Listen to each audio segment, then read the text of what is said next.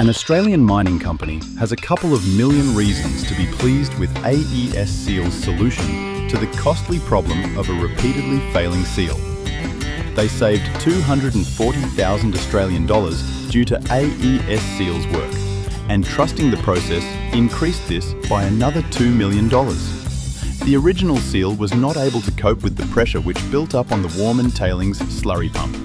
This led to repeated failures, with the seal having to be replaced every 6 months or so at a cost of around 50,000 Australian dollars, 35,000 US dollars.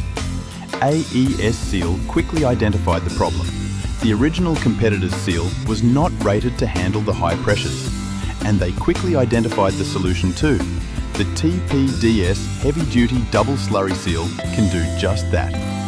The TPDS was fitted with Plan 54 barrier fluid setup, which ran trouble-free for more than 3 years until the pump was taken out for a planned overhaul, achieving savings of 240,000 Australian dollars.